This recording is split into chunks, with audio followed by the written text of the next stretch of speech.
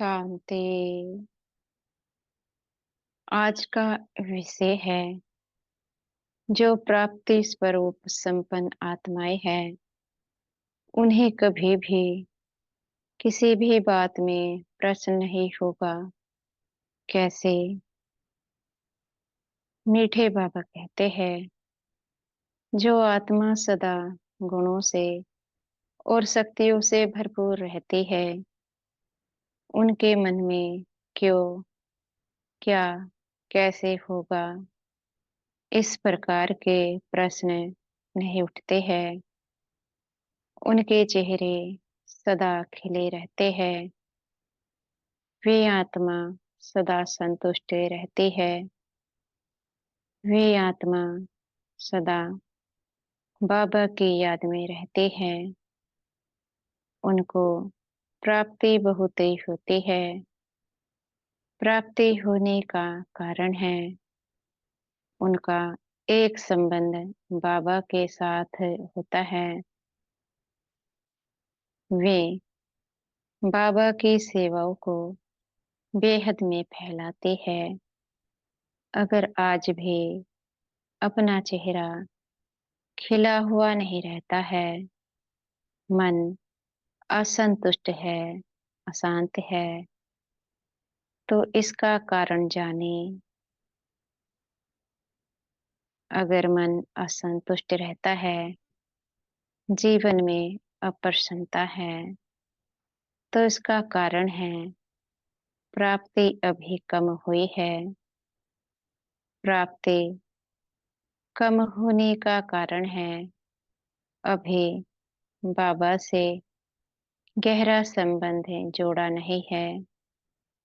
जब तक बाबा के साथ संबंध गहरा नहीं होता है तो कैसे प्राप्तियों को प्राप्त किया जा सकता है। क्योंकि जहाँ पर संबंध गहरा होता है प्राप्ति वहीं पर अधिक होती है।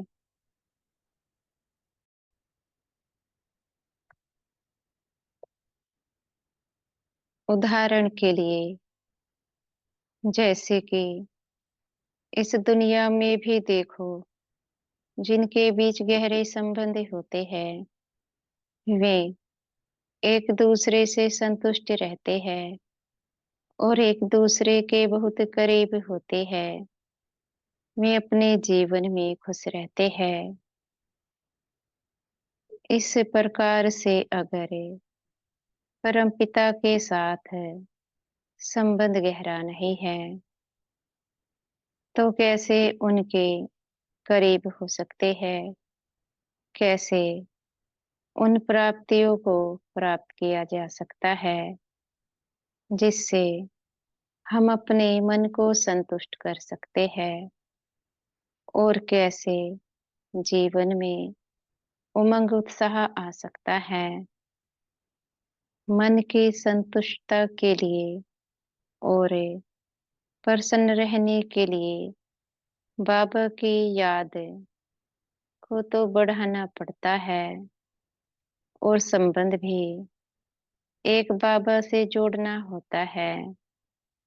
कैसे हम इतनी तमो प्रधानता में एक बाबा के साथ संबंध जोड़ सकते हैं क्योंकि तमो प्रधानता इतनी बढ़ चुकी है।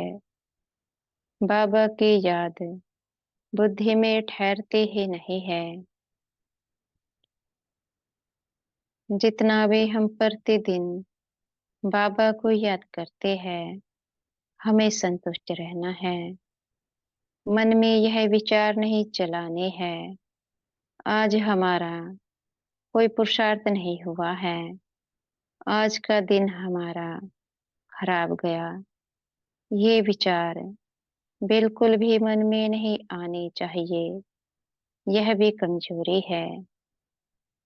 जितना भी पुरुषार्थ प्रतिदिन हम करते हैं उस पुरुषार्थ से संतुष्ट रहना है।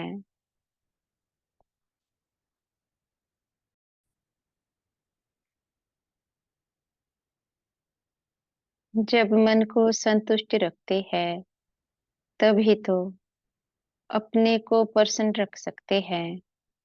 अगर मन संतुष्ट नहीं होगा, तो प्रसन्नता आएगी कैसे? मुख्य है मन को संतुष्ट करना।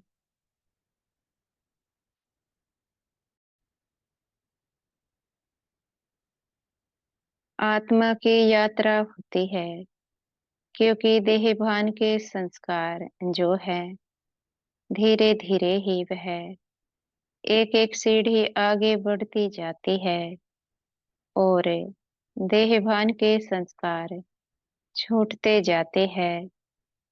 जितना हो सकता है आत्मा का अभ्यास को बढ़ाना है, जिससे कि शीघ्रता से देहभान के संस्कार छूटने लगे। जितना हो सकता है मुरली पढ़ना और सुनना है। जितना हो सकता है मुरली मंथन करना है। संमान में रहना है। किसी न किसी युक्ति से बस बाबा को याद करना है। जो भी प्रतिदिन हम कमाई करते हैं, उस कमाई से हमें संतुष्ट रहना है। जितना मन को संतुष्ट करते हैं, आत्मा उतनी बलशाली बनती है। जब हम मन को संतुष्ट करना सीख लेते हैं, तो इस दुनिया से आत्मा को वैराग्य आने लगता है। जब वैराग्य आने लगता है, तो वह प्राप्तियां हमें होने लगती है, जिसकी हमें आवश्यकता होती है। जब प्राप्ति होने लगती है, तो आत्मा को पुरुषार्थ करना सहज हो जाता है। इसलिए जो कुछ भी मिलता है, उसमें संतुष्टि होना है और आगे बढ़ते जाना है। यही जीवन की सहज यात्रा है। यही सहज राजयोग है। अगर पुरुषार्थ करने में भी जल्दबाजी करते हैं, तो होता क्या है? मन दुविधा में आ जाता है। अगर मन को दुविधा में लाएंगे, तो होगा क्या? अनेक प्रकार के संकल्प चलते हैं। अनेक प्रकार के संस्कार इमर्ज हो जाते हैं। जब अनेक प्रकार के संस्कार इमर्ज होते हैं, तो स्थिति ऊपर नीचे होती रहती है। सबसे पहले हमें अपने मन को उठाना होता है। मन को उठाने का सबसे सहज तरीका तो यही है। जितना भी प्रतिदिन पुरुषार्थ होता है, अपने मन को संतुष्ट रखना है।